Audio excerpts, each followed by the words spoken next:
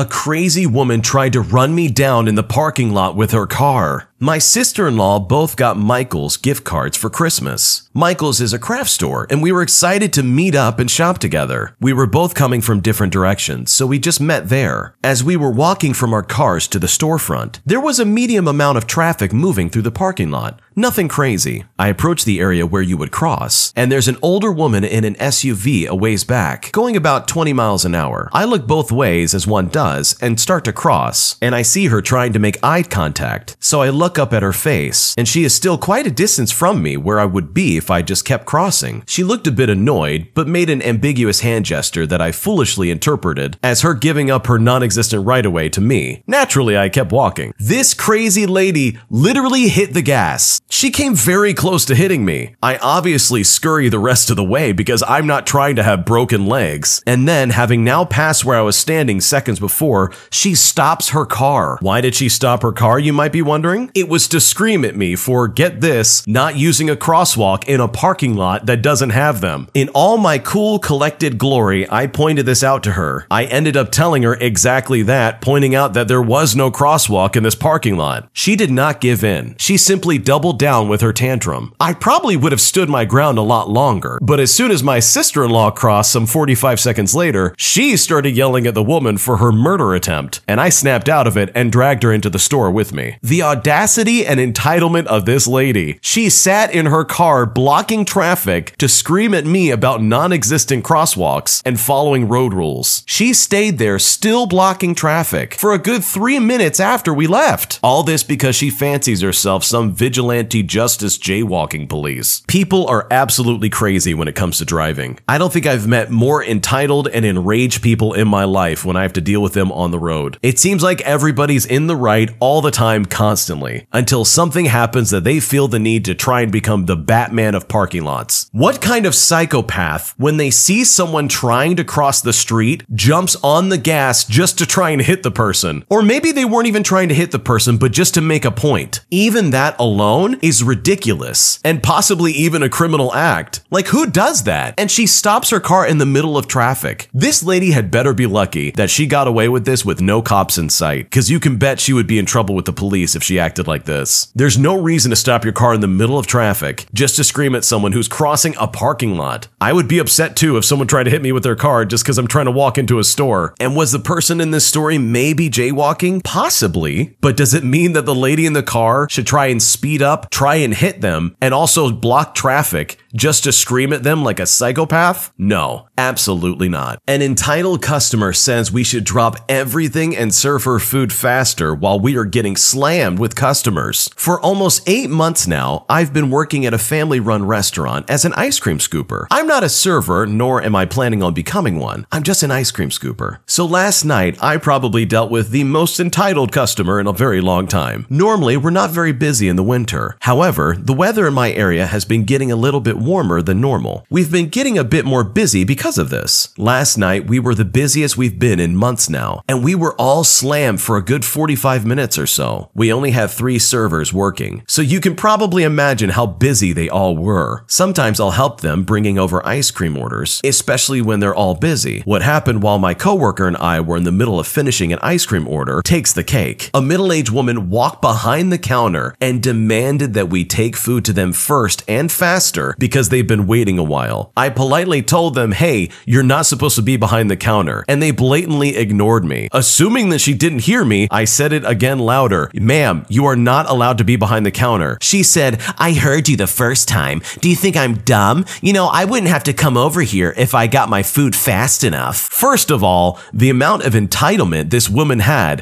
what exactly did she expect? For all of us to just drop everything we're doing? I also heard from a few coworkers of mine that she went into the server aisle asking for more marinara sauce, and they told her she wasn't allowed back there. From my understanding, she also told a server to remind another server that they're waiting on drinks. Yeah, Well, so is a bunch of other people, and this includes their food too. She's not the only customer in the restaurant. She can't expect all of us to drop everything we're doing to give her and her table all of their food only and neglect everyone else that came here to have a good dining experience. You're not special, and you're not getting priority for your food or drinks just for existing. The cherry on top is the fact that this lady had 4 little girls sitting with her at her table. They couldn't have been older than 5. This lady is setting such a bad example by showing that she doesn't have to follow the rules and that she can just give servers and employees a hard time if she doesn't get what she wants. I seriously hope those little girls don't grow up to be like her. The gall of this lady to come up and act like she owns that place is absolutely disgusting. People like this who come into restaurants or places of business and pretend like they're a VIP for some reason are some of the lowest forms of intelligent life you can possibly look for. They like to pretend like they're Bill Gates or Jeff Bezos, when in reality they're just some middle-aged weirdo who thinks they're so important simply because they're HOA president on their street. It's ridiculous. And to trespass behind the counter and into the server aisle demanding things of the employees is ridiculous. You are not allowed back there. If that lady had not left the back counter or left the server aisle, she could have been kicked out, and that would have been a terrible example for her daughters. And the fact that she was acting this way in front of her daughters was ridiculous. I feel so bad for those kids. What a terrible example of how to act around people. Being an adult means that sometimes you don't get your way. I find nowadays that a lot of middle-aged people and elderly people think that if they don't get their way, that they're somehow being tricked or fooled by the employee, which is just ridiculous. The world isn't against you. When you act like this, you're only hurting yourself. And you can bet that once that lady left, the rest of the employees at that place made fun of her. No one's gonna have a good dining experience if that's how you act. And you can't possibly expect good customer service if you act like a super Karen. What's the nicest way to tell someone you don't want to go on a second date? I went on a date with a guy a week ago and it went really awful. Somehow politics were brought up and it went completely downhill from there. We didn't agree on anything. I don't like to argue politics, but I do think political opinions are a crucial part of how someone sees the world. The guy drove 3 hours round trip. I tried to pay for the dinner, which was like $80, but he wouldn't let me. He texted me 2 days later, telling me that he would be in my area the next week, which seems highly unlikely to be honest. I have had plenty of first dates, but none where they seemed oblivious to how bad it was. I mean, how could he not see how bad that date was? He ended the date with a whole speech basically saying I would be closed-minded if I wouldn't give him a chance because we have different political opinions. How do I get him to stop texting me? I take forever and a day to respond and only send brief messages. I also said I couldn't do dinner or brunch. Should I just be direct? I don't really want to receive a closed-minded lecture. Here's the thing with dating. It either clicks or it doesn't. And this situation clearly does not click. It sounds like this guy is super aggressive when it comes to politics. And I bet it wasn't happenstance that politics came up. If I'm willing to bet, that guy probably brought it up for a reason. It seems like that guy is the kind of person that just loves to argue political discourse. And this is absolutely in detriment to everybody else around him. The lady in this story sounds like a nice lady, but I think she just needs to be direct with him and tell him straight up, hey, this is not working for me. Trying to force it and trying to say, hey, maybe I can give this guy another chance is just weird to me because based on everything she just said, it clearly did not work out and it clearly was not a good experience. Why would you want to go back to that? And the fact that he was trying to guilt trip her by saying, hey, if you don't give me another chance, you're being closed-minded. That is such a clear manipulation tactic, it's not even funny. And that's a big red flag for any future engagements. You can bet he's going to try and guilt trip her into other things in the future if he gets his way this one time. How should you get him to stop texting you? Well, you can just be pretty honest with him and say, hey, I don't like you like that. I did not enjoy our date and I think we should just go our separate ways. It was one date and it was the first date at that. Sometimes it just doesn't click and that's okay. Best thing to do is just pick up the pieces and move on. You have no obligation to this guy you just met. It's okay to walk away. And it sounds like by avoiding this guy, she's dodging a pretty big bullet in my opinion. Am I the jerk for complaining about my loud neighbors? I'm in my late 20s and I live in an apartment complex with my girlfriend about 50% of the week. I am a middle school teacher, so I wake up pretty early on weekdays. We live in Southern California, across from the beach, beach, but are in no way downtown. Recently, we got new upstairs neighbors. They're a pair of females in their 20s who frequently have their boyfriends over. The walls and floors of our building are hilariously thin, and we can basically always hear them walking around. Typically, it's not a big deal, but it seems like every week they have people over and they are playing music and walking around. Sometimes it sounds like stomping and it makes the bed shake. All of this until 2 or 3 in the morning. Typically, it's on Friday nights, but sometimes it's weeknights too. We have tried going up there to ask them to keep it down. We even text them if they are being loud after midnight, but we had to call the cops once on a noise complaint. Am I the jerk for wanting some quiet time and quality sleep? This is an easy one. No, you are not the jerk. You are not the bad guy if you have some neighbors who are refusing to quiet down, especially after telling them multiple times that, hey, you need to keep it down. I'm sure they probably explained their situation to their new neighbors, saying how he's a middle school teacher and he wakes up crazy early, not to mention probably works really late as well on schoolwork. So the least that they could do is keep it down. And the fact that these parties are happening on the weekdays is unacceptable. These two new neighbors need to learn some responsibility and have some consideration for those around them. It's bad enough that the walls and floors are thin, so you can basically hear everything going on. So no, they are not in the wrong for wanting to have some peace and quiet at night. They honestly need to speak with their landlord and tell them what's going on. Getting the landlord involved would dramatically improve this situation. I'm sure there's probably some kind of rental agreement about noise after a certain time, or if people are having some kind of excessively loud music, especially late at night or early in the morning. In this case, especially if this is some kind of mass apartment complex, they're most likely breaching their rental agreement, which in all honesty is a really good way of getting results. You can try and be nice, and that's honestly the first path anybody should take. But after a while, if the message is not getting across, you need to go to bigger measures. And the next step may be the landlord, and that next step is exactly what I would have done. I would have absolutely called the police on a noise complaint. There are quiet hours, just like there are sound ordinances in a city for a reason. It's not fair for your neighbors, and it's not fair for everybody else in the apartment complex who's a working adult who has to put up with this. My new neighbor sits in the parking lot and harasses everyone. Should I talk to management? For context, I live in a massive apartment complex. Like, it's basically an entire neighborhood of apartment buildings. It's not the best area, so a lot of bad things have happened around here. Last month, I noticed an older woman sitting in her walker in the parking lot. Because my apartment complex isn't the safest, I keep to myself and mind my business. She started yelling at me to get my attention, so I stopped and she began talking to me. She basically gave me this sob story about how she moved in and that her friends were supposed to pick her up to take her to the liquor store, but that they hadn't shown up. She proceeded to ask me to go to the store and buy her some cheap drinks for her after asking me how old I was, and to be honest, I wish I had lied and told her I was underage. I kept trying to tell her I couldn't and that I had plans, but she kept asking and started getting kind of angry about it. So my social anxiety took over and I gave in. Huge mistake. Since then, I avoid this woman like the plague. She's outside in the parking lot every day, stopping everyone that walks by and asking them for money or alcohol. She's gotten to the point that she even shouts and whistles loudly at cars that drive by, trying to get them to stop so she can ask them for money or drinks as well. Yesterday, I had to walk to my mailbox to get my mail. I saw her as I was leaving my building, but was able to sneak past her and take a route to the mailbox so she wouldn't see me. As I was unlocking my mailbox, I heard her shouting and whistling at a car that was pulling up to the mailboxes. This woman had followed me to the mailboxes, and after the people that were in the car rolled their windows up and had driven away, she came up to me and started harassing me for money. I told her I didn't have any money I could give her, and she straight up told me she didn't believe me, and she kept telling me that she needed money and I needed to give it to her now. She got distracted by someone else walking by, and I was able to run off back to my apartment. I get so anxious every time I leave my apartment because I'm worried she'll be out in the parking lot again and will harass me. It's clear that it makes other people living here uncomfortable, but I don't know if I should talk to management or just ignore her. What should I do? The woman in this story needs to be rude. I know it may sound weird, but hear me out. I personally believe that we should give people the benefit of the doubt. Try and allow people to show that they're not terrible people and that they have good intentions. But the elderly woman who is in the walker harassing people for money and drinks at the store is not a good person. The woman in this story just needs to be rude. She needs to make it so this woman and never wants to be around her ever again. I feel terrible for this person because they let their social anxiety take the best of them. And at one point, they even bought this person drinks from the store. That is not good. She should have stopped this right at the start and said, no, absolutely not. I'm not buying you drinks. I'm not giving you money. Leave me alone. And then at that point, if she keeps harassing you, that's when you start going to management or my personal favorite, the police. You should not have to live in an environment where someone is constantly harassing you and following you around trying to get money from you. That is not okay. No one should live that way. And the person in this story has just clearly allowed something to go farther than it should have been. Tell this lady to get lost. Yes, you need to tell management, but you also need to have a safety plan in check. It starts with money, it starts with drinks, but then it escalates to other things. Pretty soon this lady's going to be knocking at your door, trying to get more than just money and drinks. So you have to be careful. This person doesn't live in the best neighborhood. From what they've described, there's been a lot of illegal activity going on in this neighborhood. So you've got to look out for yourself first and foremost. This person in the walker is clearly not hurting for money. It seems like this lady is just one of many people she makes her rounds to, desperately begging for something she probably has plenty of. What a miserable existence, by the way. Going from person to person, screaming at people on the street, asking them for money. So my honest advice, tell this lady to get lost. Tell her to stay very far away from you. It's much better to tell this person just go away, because if you give them an inch, they will take a mile. And before you know it, you could lose much more than just money and drinks. Thanks for watching. Like, subscribe, and turn on notifications so you never miss a video.